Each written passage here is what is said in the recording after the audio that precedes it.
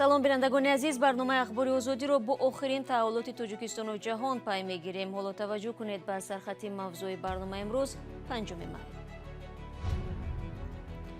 дар ҷараёни таҷлили рӯзи ғалаба дар Маскав Эмомалии Раҳмон бо Владимир Путин ҳаводиси ахир дар марзи Тоҷикистону Қирғизистонро баррасӣ мекунанд.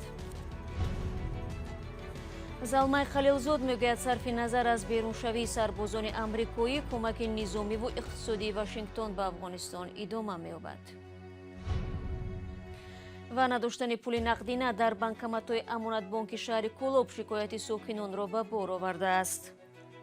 خطی و اعلام می‌کنیم که کدام میشه نوبت کم باشه زنودا کم باشه زنودا میسته و مردودا ما میشنیم. Эмомалии Раҳмон раиси ҷумҳурии Тоҷикистон ва Владимир Путин президенти Русия 8 май дар Маскав муноқишаи марзии Тоҷикистону Қирғизистонро баррасӣ мекунанд. Дар ин бора сухангӯи Кремл ба хабаргузории РИА Новости иттилоъ додааст. Абдуфаттоҳ Шарифзода, раҳбари хадамоти матбуоти президенти Тоҷикистон, имрӯз ба Радиои Озодӣ тасдиқ кард, ки Эмомалии Раҳмон барои ширкат дар гашти низомӣ ба муносибати Иди Ғалаба ба пойтахти Русия сафар мекунад. Шарифзода афзуд, Тоҷикистону Қирғизистон узви созмони паймони амнияти дастаҷамъӣ ҳастанд. Бинобар ин мавзӯи муноқишаи ахир дар мулоқоти Раҳмон ва Путин матраҳ хоҳад шуд. Радиои Озодӣ имрӯз номи ду қурбонии дигар аз ҷониби Тоҷикистон дар ҷанҷоли марзӣ бо Қирғизистонро ошкор кард. Инҳо Ҳакимбой Ниёзови 39 ва Нусратулло Набиеви 20 сола сокинони ҷамоати Чоркӯи Исфара ҳастанд. Шукурхон Насриев, раиси ҷамоати Чоркӯ, гуфт Нусратулло Набиев сарбоз буд. Бо ин шумораи умумии қурбониён, ки Радиои Озодӣ маълум кард, ба 20 нафар расид. Бо гузашти 6 рӯз аз ҷанҷоли хунин дар марз бо Қирғизистон, ҳукумати Тоҷикистон рӯйхати пурраи захмиёну кушташудаҳоро ошкор накардааст. Ҳарчанд дар бораи хисороти молии ҷанг суҳбат мекунанд ва барои барқарор кардани манзилҳои вайроншуда амр доданд. Мақомоти Қирғизистон мегӯянд, дар муноқишаи ахир 183 нафар маҷрӯҳ шуда 36 кас аз ҷумла 2 кӯдак ҷон бохтанд. Ҳар ду кишвар якдигарро ба шурӯи ҷанг ва хисороту талафоти ҷонӣ аз он айбдор мекунанд. чаро тақрибан 30 сол аст ки ду кишвари ҳамсоя Тоҷикистону Қирғизистон наметавонанд хатти марзро кашанду пеши роҳи ҷанҷолу даъвоҳо ва куштору харобкориҳоро бигиранд. роҳи ҳал куҷост? ин суолро Радиои Озодӣ ба баҳси гапи озод кашид бо ширкати нависанда Додохони Эгамзод ва Насибҷон Амонӣ, коршиноси масоили минтақа. ҳаққи худро аздаҳони шер мебояд гирифта натавонистанд. این چیزی من چیزی تو تاجیک من ازبک انا این آب من آبی تو یگان گپ نبود.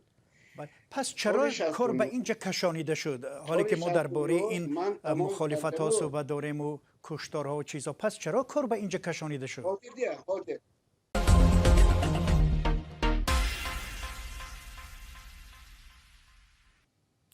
бинандагони азиз, барномаи гапи озодро дар сомонаи Радиои Озодӣ ва ҳам Озодӣ видео YouTube метавонед тамошо кунед. рӯзи гузашта раиси ҷумҳурии Тоҷикистон бо Залмай Халилзод, фиристодаи хоси Амрико барои Афғонистон, дар Душанбе дидору мулоқот дошт. баъди анҷоми гуфтугӯ Халилзод дар назди хабарнигорон ҳозир шуд. Мулроҷаби Суфӣ дар як суҳбати вижа аз ӯ дар бораи мавзӯъҳои арзёбишуда ва сабаби сафараш ба Тоҷикистонро пурсид.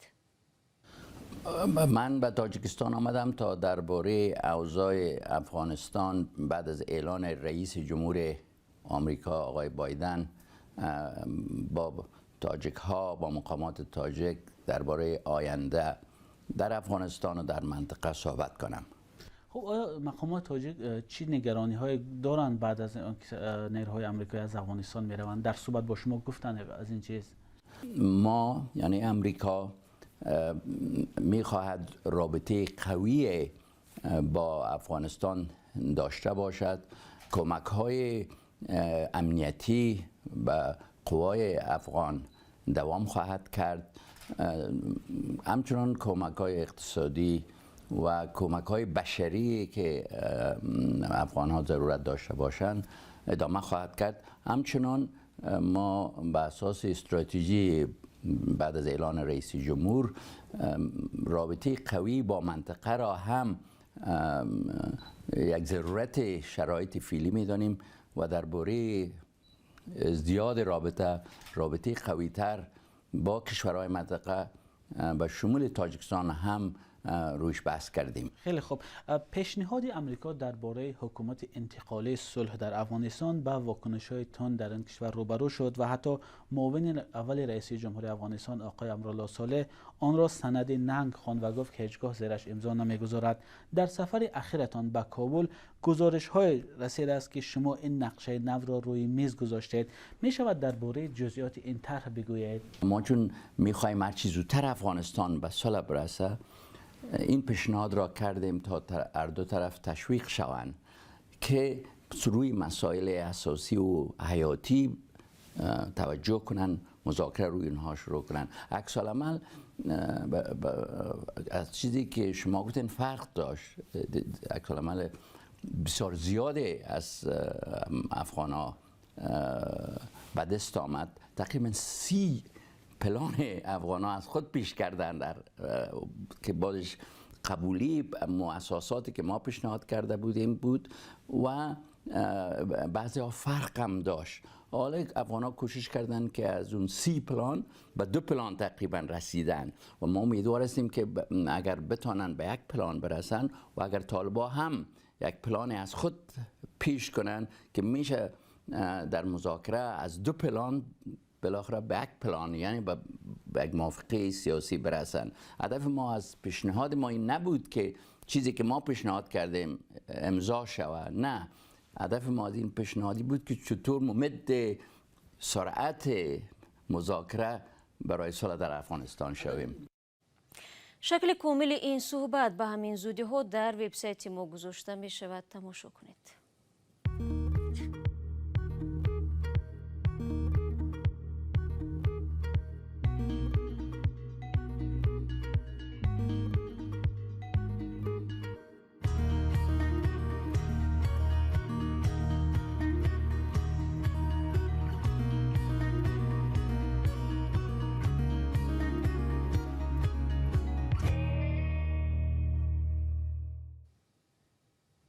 این برنامه خبری رادیو озодӣ است و اکنون می رویم به جنوب توجیکستان. банкоматҳои холии Амонатбонк چند روز به این طرف باعث سرگردانی ساکنان شهر کۆلоб شده است. آنها میگویند به خاطر نوبتپایی از کار و روزگارشان ماندند.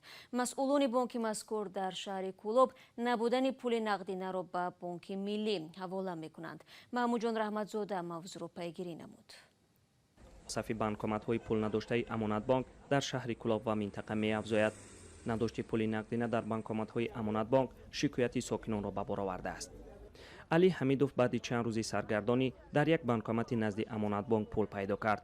ҳоло маҷбур аст ки навбат бипояд. ӯ танҳо наомадааст. ҳамроҳ бо худ ҳамсарашро овардааст. худ дар сафи мардон, ҳамсараш дар сафи занон навбат мепояд. кадоме ки навбаташ расид, пулро аз банкомат мегирад. درد همین داغ دلی مردم باید برسه. همین زنکا و کودکدارای چیز میان روستا بگیرن نوبت میستن. نمیدونیم خطی اعلامون میگیم که کدام میشه نوبت کم باشه، زنو دا کم باشه، زنو دا میسته و مردو دا مو میستیم. نداشت پول نقدینه در بانکоматҳои Амонатбонк хоси минтақаи Кӯлоб нест. сокинон аз дигар гӯшаҳои минтақаи Кӯлоб ва ҷумҳурӣ шикоят доранд ки дар бонкоматҳои Амонатбонк пул пайдо кардан наметавонанд. дар Амонатбонки минтақаи Кӯлоб сабаби пули кам дар хазинаҳояшонро дар кори бонки миллӣ медонанд. вале бонки миллӣ мегӯяд ки дархости бонкҳоеро ки барои пули нақд саривақт муроҷиат мекунанд қонеъ месозад. умеда шарипова сокини дигари Кӯлоб мегӯяд ки чанд рӯз ба ин тараф барои гирифтани пул аз деҳа рафту омад дорад. ӯ алименти фарзандонашро бояд гирад. доим ҳами хел мием, ҳами хеле кай ки кормон бағалта мием, ҳами хела ме ҳолай о чира да месем бахда рӯзе меша хоҳар боварам ки накни 4 марта ҳамиҷа да омадагием хай мо ҳам кор дорем ба пай зиндагимон брем дига ҳами фақат ҳамиҷа бием я ҷои дига чӣ кунанда мардам тез корша буд кина брай пай зиндагиш тамбабел тали нашава чораша бинан хай. ҳоло дар бархи банкоматҳои шаҳри Кӯлоб ба ҷои пул доштан ё надоштан эълони фурӯши хона навишта шудааст. аммо сокинон ба эълон таваҷҷӯҳ намекунанд.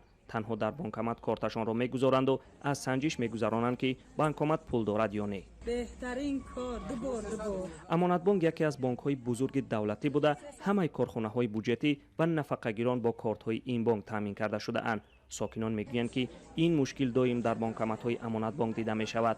با گفته ساکنان، آنها وقتی از بانکمات‌های امانتبانک پول پیدا نمی‌کنند، مجبور می‌شوند که دویم بار فایز داده از بانکمات‌های بانک‌های خصوصی پول خود را گیرند.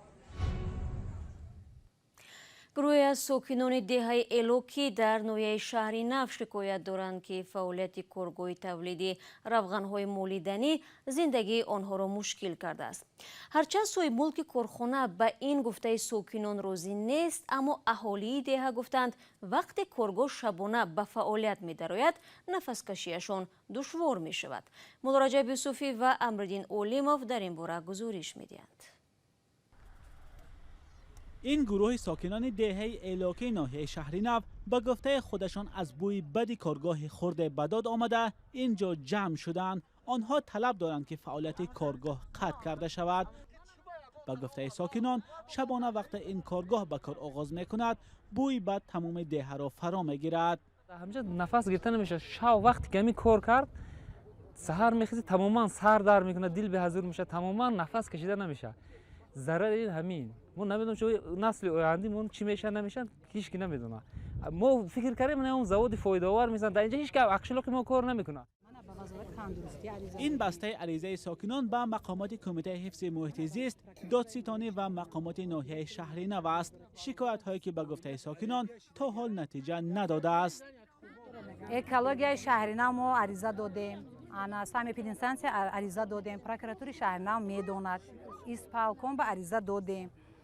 انا خلاصه میدین، خلاصه با ما کاغذاش نادرست بود، جریمه بندی کردیم. ما با جریمه بندی شما چی در کار میگویم؟ ما اونجا اهالی عذاب کشیده ایستاده ایم. ولی مالک کارخانه شکایت ساکنان را بی اساس میداند. زرابدین سبزوف مالک کارگاه زرآیل نخواست با ما ویدیویی صحبت کند. او در صحبت تلفنی گفت کارگاه او به سلامتی ساکنان ضرر ندارد. او یک نفری برادر گوش کو، اما یک نفری که ضرر گرفتگی بیاریم برای تشخیص بگذارونیم که چی ضرر گرفتگی همش هست. وابسته به پرتاب‌ها را شما دو اجازتنامه ضروری ندارین و برای همین هست پرتاب‌ها هست. این ما از روز یک کار سر کردیم، نو کارای چی میگنوش تیاری با کار یک سیما را تازه کردیم، ما را چی کردیم یک بار سنجشو گذارونیم، کمتر مسیرات چرکین شده بودن، همون را پاک کردیم، انشالله شروع میکنیم کارا 3 سال ماش سر میکنیم. مقامات درباره ضرر داشتن یا نداشتن کارگاه زرآیل به زندگی ساکنان پاسخ روشن ندارند. کمیته حفظ محیط زیست به ساکنان دهه ایلاکی نوشته است کارگاه زرآیل 2 اجازتنامه ضروری درباره پرتاب‌ها را ندارد و به این خاطر فعالیتش را موقتا منع کردند. اما مسئول بخش حفظ محیط زیست ناحیه شهر نو درباره ضرر داشتن یا نداشتن کارگاه پاسخ دقیق نمی‌دهد. کارخانه و خیلی موقعی تو اجازتنامه‌ش نگیره معین کرده نمیشه. اجازتنامه چی؟ اجازتنامه اونجا پرتاب به هوای اتمسفری داره، اجازتنامه پرتاب سخت استحصالی و سخت معیشی داره. در حقیقت پرتابش یک خیلی موقعی. ساکنان میگویند برایشان مهم نیست که این کارگاه کدام اجازتنامه را دارد و کدامش را نه. مهم به گفته ساکنان این حل شدن مشکلی آنها است تا در دهه‌شان آزاد نفس گرفته توانند. بینندگان عزیز، این گزارش آخری برنامه امروز بود. تشکر از یکایک شما که پیوسته ما را همراهی میکنید و چون همیشه از آن خبر و گزارش های دیگر را میتوانید در سامانه رادیو آزادی زیر نشانی www.azadi.org بخوانید. گزارش های ویدیویی و نوارهای روز در صفحه آزادی ویدیو در یوتیوب گذاشته می شود. فردا من شما را با خبرهای نو در تقدیم میکنم و خود را احتیاط کنید و خدا نگهداری هر یک شما باشد.